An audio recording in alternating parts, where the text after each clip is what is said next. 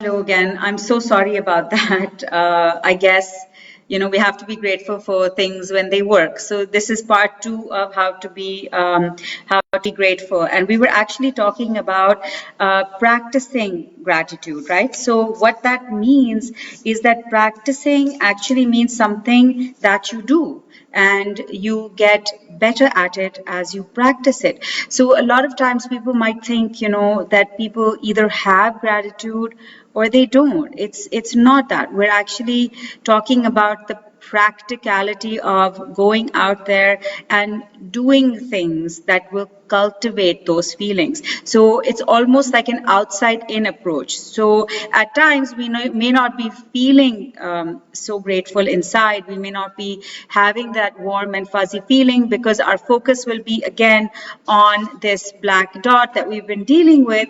And if our focus is on that and we're still dealing with the mechanics of those things, which are important, we may not have those warm and fuzzy feelings. We may be having feelings of stress or pressure or how to get through it. So if that's what's going on, then if we use the practical strategies for gratitude, inshallah, outside in, we should be able to develop it.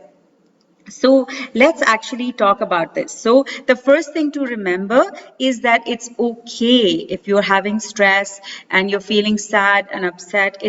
It's okay. You can have both things coexist together. It's not all or nothing. We are very complex beings. Alhamdulillah. And because of that, there will be times when we have a bundle of mixed emotions. We might be feeling grateful for one thing, but feeling really sad for another. And it's okay to allow them to coexist. A lot of times people think, oh, but I should be feeling this way or I should be. We can't really control our feelings so much, but we can control our actions. So let's think about practicing gratitude in terms of action. And that action will make us feel better inside. Let's try it, okay? And whatever tips I'm offering, please do leave your notes and comments on the Facebook page or reach out to me through WhatsApp or a private message. I'd love to hear how you're using these tools and how it's actually helping you. And if there are other people out there who need some support, please feel free to share this with them. And, that's how we pass it forward.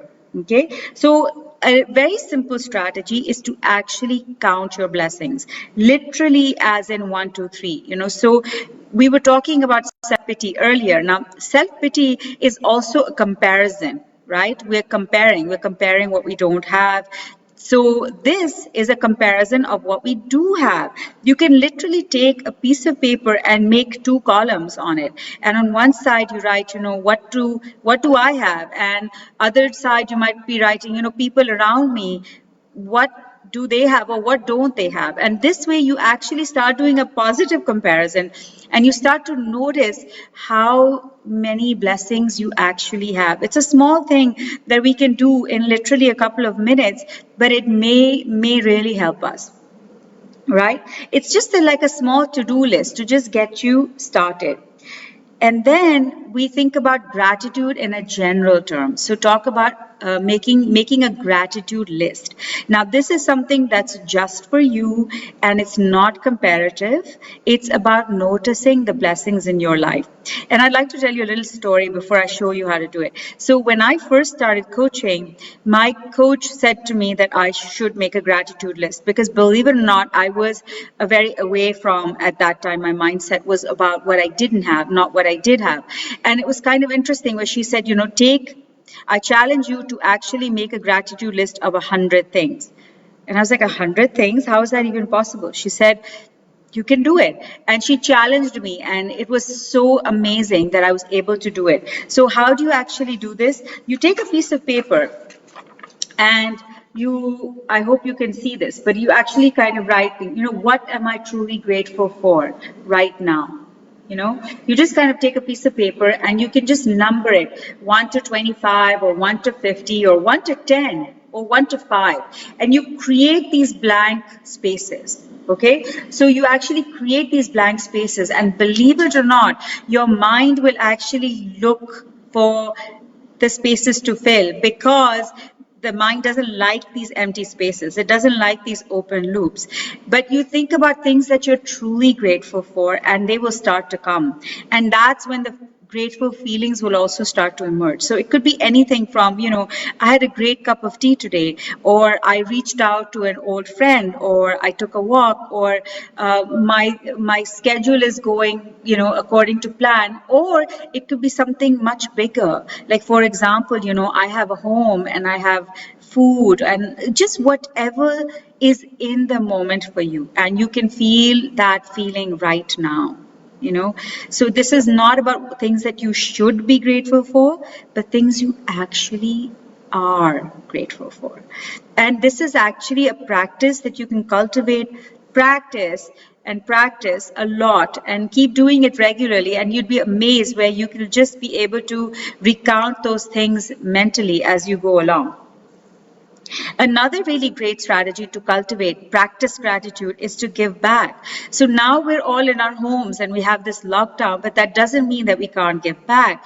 You can still find a way to maybe teach somebody something online, or volunteer online, or maybe contribute your skill in another way. It's an opportunity to think outside the box of how we can give back. We're literally in a box in our own home, but that doesn't mean we have to be that in our thoughts and in our hearts. We can connect. I mean, that's precisely what I'm also trying to do here, to give back. So, think about how you can actually help someone who is in a difficult situation. There are many, many, many people who are in much more difficult situations than us at this point in time.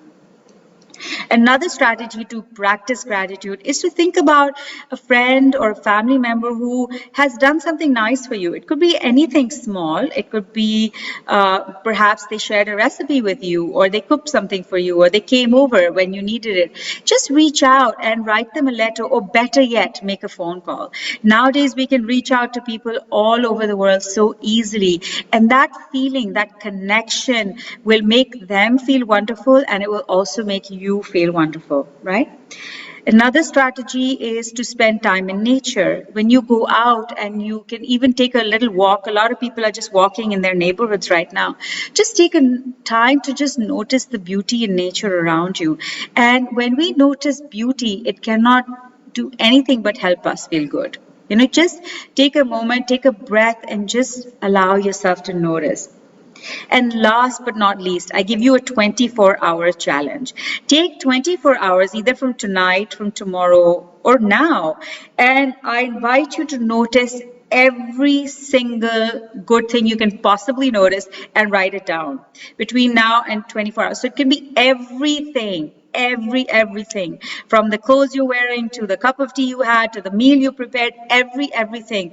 And just make a note and write it down. This will be such an amazing practice, and you'll get to notice all the blessings that surround you. So we've talked about gratitude and the practice of gratitude in so many ways. I hope that these strategies will be of help. Please do share them with people. And if there's anyone out there who needs a little bit of support, who may use a little bit of coaching, please share this with them, and also let them know to reach out. Perhaps, I could work with them or help them in some way. I'm wishing everyone, peace and good health right now. Take care of yourselves and your loved ones. Until next time. Thank you for watching.